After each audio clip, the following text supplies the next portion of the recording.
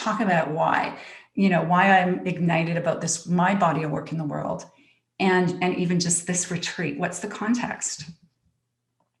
So, we really are in new territory. That's no surprise, right? We're in new territory.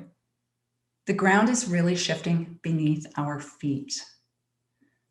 The way we're living, the way we're working, the way we're connecting in community, relating to our families, everything is changing. And there is a lot of uncertainty right now. And there's a huge amount of possibility, right? We are all going over a threshold, every single one of us here in this room. A threshold to a new lived experience. And here's the thing, it's really disorganizing and probably uncomfortable for our nervous systems, for our identities, right? And for the long-held expectations that we've had for ourselves, our family, our business, our community. But here's the thing. We're challenged right now to hold the paradox of the change and the grief and the loss that we're all experiencing. And some of us have really experienced it over this time. But we need to metabolize it, right? We need to honor it and process it.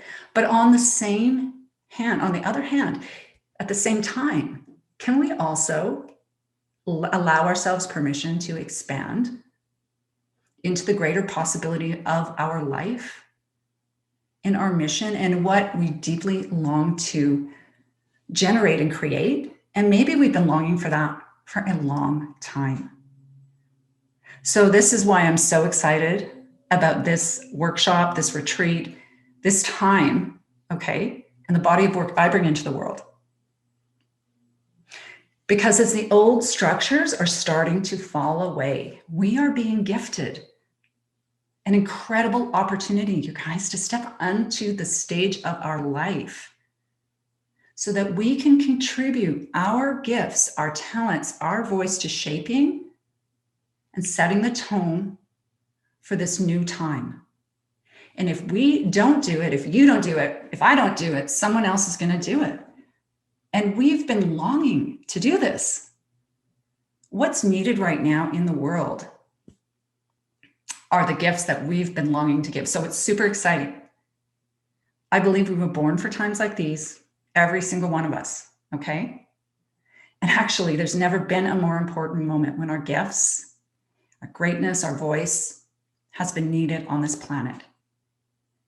Yet, here's the crux, you guys. In spite of being so accomplished, awake, aware, experienced, so many of us still struggle with the courage to get fully visible, to take action, to own our voice in the area of our mission in the world. And I talk about this a lot. I have ongoing research I've been doing. Right now, it's about over 500 high-achieving executive women. Here's the 5 things still holding us back. And this is really not surprising. Maybe it's a bit surprising to me that it's still there. But we can work through this. And this is all about what I want to talk about today. So the 5 things are fear of taking up too much space and time. Taking up too much space and time. Fear of looking like I'm taking all the credit. Fear of being exposed for being a fraud. Feeling unsafe to be fully seen as for who I am. And feeling really unsafe in the fear of speaking my truth, speaking what I need to say. So there's always some kind of a workaround, right? Here's the thing, we're at a tipping point and we can no longer afford to dim down and play small and withhold our authentic truth. We have so much more at stake. Just for a moment, can you connect to that part of you that feels a bigger potential inside? It's just a sense, it's a feeling. That sense of, I have something bigger to give. Even if you don't have language around it, there's an urging in the body. It's this, almost like you're pregnant with a possibility. And some of us have had that for many, many years. We know there's the something else, right? More, even though we're accomplished in our lives. Just connect to that sense of possibility. And then can you just connect to what's at stake if we don't step forward and start taking action? If we stay foot on the gas, foot on the brake? And sense into the urgency of this time and the possibility, right? Because right now, it's time for us to break free from the old story and step out fully expressed as us, giving our full gifts and talents in our voice and our message to the world. And that is not cliche. I'm working with hundreds of women that are doing that.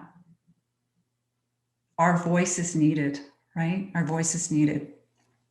So this is the context, this urgency, this moment, this ripe moment. It's ripe for us to step forward. How are we going to do it? How are we going to get away from foot on the gas, foot on the brake?